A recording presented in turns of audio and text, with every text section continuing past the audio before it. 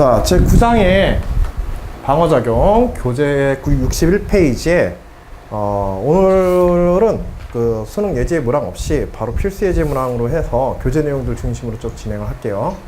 네. 자,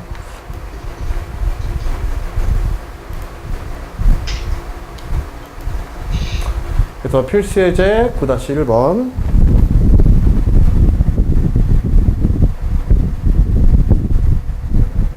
연대 2016학년도 수시 기출문제. 오늘 보는 문제 중에 연대 문제가 한 두세 개 정도, 두 개 정도 이렇게 있을 거야. 그래서 연대 같은 경우에는 최근에 문제 출제 경향이 조금 이제 많이 바뀌었어. 예전에는 생투에 좀 심화된 내용들, 오늘 보는 문제 일부도 그런 내용이 있지만은 생투에 좀 심화된 응용 문제들을 내거나 교과에 좀 심화된 문제를 사용을 했는데, 최근에 와서는 그런 형태의 문제들보다 뭐라 그럴까, 뭐 자연 철학적인 그런 소재 문제라고 그럴까, 이런 문제 출제도 좀 생겨. 나중에 이제 과제물에서 이제 그런 걸 조금 은서가 따로 이제 준비를 좀 해야 될 텐데, 한번 그 경험 삼아 특히 제 10장에 그 문제들, 연습 문제들을 이제 풀 때 그 어떤 형태의 문제들, 굉장히 독특한 형태의 문제인데 그런 문제도 한번 오늘 경험을 해보고. 자, 61페이지에 제시문 자연 생태계에서 세균과 곰팡이를 비롯한 대부분의 미생물은 다양한 동식물과 역동적 공생 또는 기생 관계를 맺고 있다. 흥미롭게도 동식물에게 위협이 되는 세균이나 곰팡이조차도 바이러스 감염에 취약하다. 이거 바이러스는 논술 문제에서 정말, 생물 논술 문제에서 정말 많이 등장한 곳에 있는데, 생물 문제에서 펜을 또 놓고 왔네. 생물 문제에서 정말 많이 등장한 곳에 있는데, 일단 바이러스 문제 나왔다면 바이러스의 특징, 생물학적 특성, 무생물적인 그런 특성들과 더불어서 바이러스 감염이 어떤 경로를 따라서 진행되는지, 또 바이러스가 작용하는 그런데 특성에 따라서 바이러스 감염을 막기 위한 방법들은 또 어떤 것들이 있는지, 뭐 이 장의 제목을 통해서도 알 수 있겠지만 주로 이러한 바이러스의 감염작용들을 어떻게 차단할 수 있는가에 좀 초점을 맞추는 문제이긴 해. 근데 뭐 문제 나올 때 뭐 감염에 초점, 감염 방어에 초점을 맞춘다 이런 식으로 해서 주제를 딱 던져놓고 뭐 하지는 않으니까, 이 제시문을 통해서 바이러스의 어떤 면을 다루려고 하는지 그런 부분을 조금 이제 집중해서 봐야겠지. 그래서 위협되는 세균이나 곰팡이조차도, 그래서 역동적인 공생, 흥미롭게도 동식물에게 위협이 되는 이제 세균이나 곰팡이조차도 바이러스 감염에 취약하다. 그래서 바이러스의 감염 특징이 무엇인지를 주제로 하겠다라는 의도를 드러내고 있어. 박테리오 파지 또는 파지라고도 하는 바이러스는 숙주가 되는 세균의 표면에 달라붙어 세포 안으로 DNA를 주입하여 해가지고 바이러스의 감염 경로들을, 과정들을 이렇게 조금 상세히 설명하고 있네요. 자, 감염을 일으킨다. 파지를 비롯한 바이러스는 스스로 증식하지 못하고 숙주 세포 안에서만 숙주의 물질 대사 기구를 이용해. 이거 보통 다 뭐 거의 외우다시피 하고 있는 거지, 그치?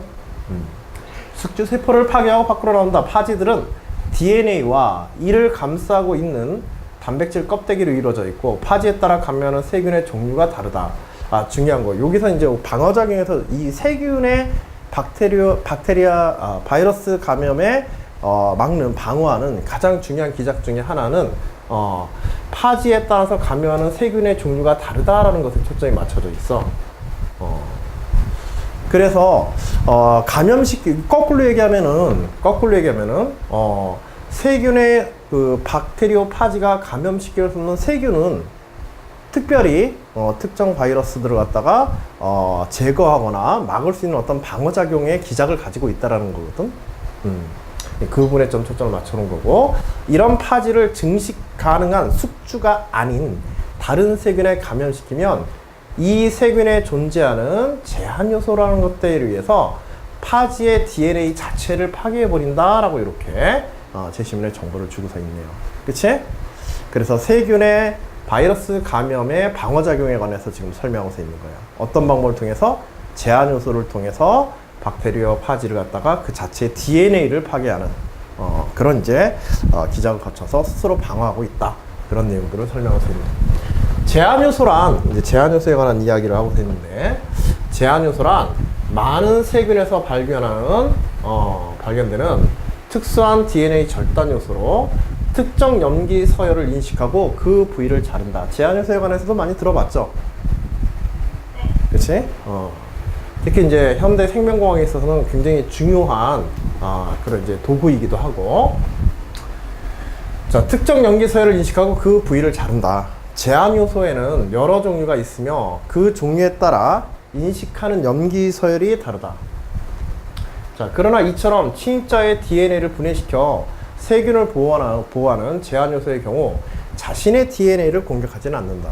뭐 자기까지 공격하면 뭐 망하는 거지. 물론 이제 그런 경우들이 사람의 질병 중에도 일부 있지. 그 논술 문제에서도 등장하기도 하고. 그래서 자신의 DNA를 일반적으로 공격하지는 않는다.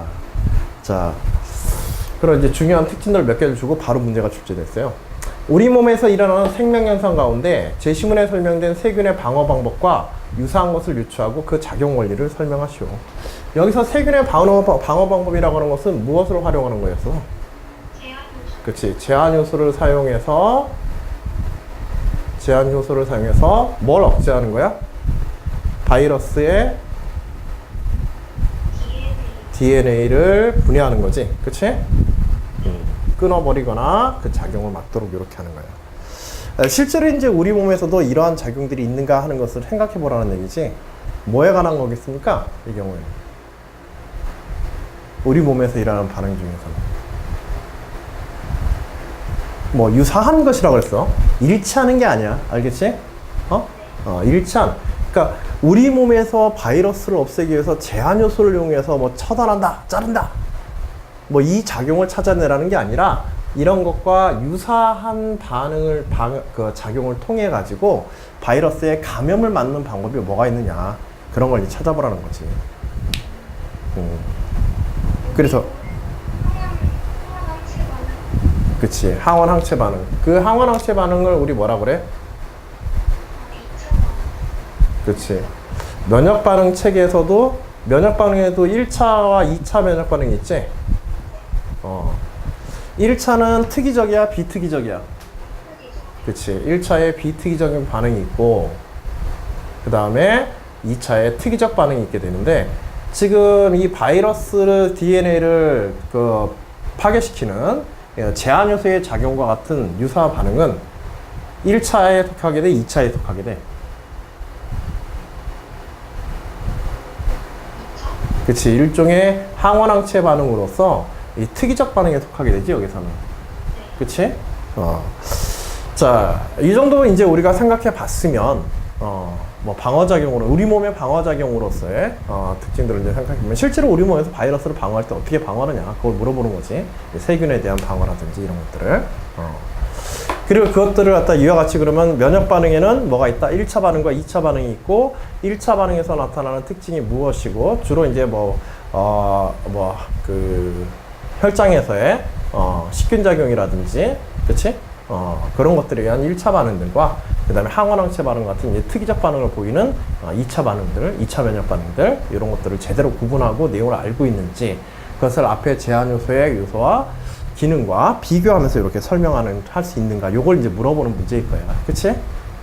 그렇게 방향을 잡았으면 제대로 잡아준 거고. 자, 그래서 실제로 이제 내용들을 조금 분석을 해보게 되면, 이렇게 방향을 잡은 다음에 이제 우리 설명을 체계적으로 어떻게 할 것인가 해야겠지. 먼저 뭐부터 설명해야겠어? 당연히 이제 세균이 바이러스를 어떻게 막고 있는가 하는 부분에 대해서 제시문에 나와 있지만, 제시문의 내용들을 약간 요약을 해서 어떤 부분에 내가 초점을 맞출까를 먼저 설명을 해야겠죠. 그치? 그래서 세균들의 경우에 파지로부터 DNA가 주입되어 감염되는 경우 DNA를 제한 요소를 이용하여 제거한다라는 사실부터 일단은 비교 가능한 비교 대상이지, 그것부터 점검을 해주는 거야. 항상 앞에. 자, 그 다음에 파지의 DNA를 분해하여서 자신을 보호하는 제한 요소는 자신의 DNA를 공격하지 않는 특성을 가지고 있다. 이거 우리 몸에서든지 이런 특성을 가지고 있는지, 이런 두 가지 중요 요소를 감안을 해서 우리 몸에서 비슷한 작용을 하는 것을 찾아보겠다라고 하는 의도를 드러내고 있는 부분이에요. 물론 이제 내용들은 좀 더 요약하고 축약해서 써도 상관은 없어. 알겠지? 여기는 뭐 글로 쓰느라고 조금 이제 느려서 쓴 뭐 그런 감이 없잖아 있지만 우리 몸에도 이와 유사하게 이제 본문에서 요구하고 있는 사항이죠. 우리 몸으로 침입한 비자기세포나 물질을 제거하는 면역 반응이 존재한다. 자, 그리고 그런 면역 반응들의 종류와 어떤 기능들을 하는지에 대한 이야기들을 조금 더 깊이 있게 다뤄봐야겠죠. 그치? 여기서는 배경 지식을 조금 더 이제 까는 거야. 알았죠? 가능한 최대한. 우리 몸에서 일어나는 면역 반응은 크게 1차 면역, 비특이적 면역과 2차 면역, 특이적 면역 두 가지가 존재하고 각각 면역 작용들이 어떠한지를 설명하면서 그 세균의 바이러스 증식을 억제하는 그런 이제 작용 기작과 비교를 하면 되겠죠. 1차 면역은 항원에 대한 특이성이 없으며 피부와 점막에 의해 세균의 침입을 방지하거나 분비액에 의해 세균을 분해하며 상처나 조직에 침입하는 항원을 백혈구에 식균작용 등을 통해서 제거한다. 그래서 분비액에 의해서 여기서 뭐 분비액이 가지는 기능이 뭐 비슷한 기능을 할 수도 있겠지, 그치? 그리고 이제 백혈구의 식균 작용 그런 이제 특성들을 갖다가 그래서 피부와 점막, 피부 점막 등을 통해서 침입을 방지하거나 이런 기능들을 한다는 것 알고 있는 방어작용 몇 가지의 세부적인 내용들을 좀 상세하게 이렇게 기술을 해주는 게 좋을 거야. 물론 이거 자체가 뭐 제한 요소처럼 직접적으로 어떻게 작용한다는 걸 우리가 알고 있으면 그 내용까지 쓰면 좋지만 사실 교과적 지식에서 그런 부분들까지 자세히 다루고 있지는 않기 때문에 그런 정도는 아니더라도 대략적으로 어떠한 내용들이 관련 있을 만한 것들을 갖다가 충분히 깔아주시면 되겠어요. 알겠죠? 자, 그 다음에 두 번째 2차 면역은 침입한 항원에 대한 특이성이 있으며 항원 침입 시에 감이 뜬 세포를 파괴하는 세포 독성 T 림프구엔 세포성 면역. 자, 2차 면역도 다시 또 세부적으로 설명하고 있는 거지. 그치? T 림프구에 대한 세포성 면역과 그 다음에 B 림프구에 의한 그치? 항원항체 반응 이렇게 두 가지를 놓고서 설명하면 되겠죠. 여기서는 이제 항원항체 반응이 조금 더 그 바이러스 세균에 대한 바이러스 방어작용과 좀 비슷하다고 볼 수는 있지만 그건 역시 뭐 절대적이라고 뭐 그것만 절대적이라고 볼 수는 없기 때문에 전체적인 내용을 이렇게 깔아주면 되겠어요. 알겠죠? 세포성 면역과 체액성 면역으로 나눠진다 라고 하는 교과적 사실에 대해서 알고 있는 정보들을 충분히 서술하여서 답안에서 요구하는 사항들이 이 내부에서 다 설명이 될 수 있도록 그렇게 준비해 주시면 되겠습니다. 됐죠? 자, 이 답안 내용이나 혹은 답안의 서술, 이 답안의 체계적인 어떤 구성 요소들에 대해서 혹시 궁금하거나 조금 이제 설명이 더 필요한 부분이 있을까? 여기서 그 자기의 DNA를 검색하지 않는다라는 특성이 있었잖아요. 그치.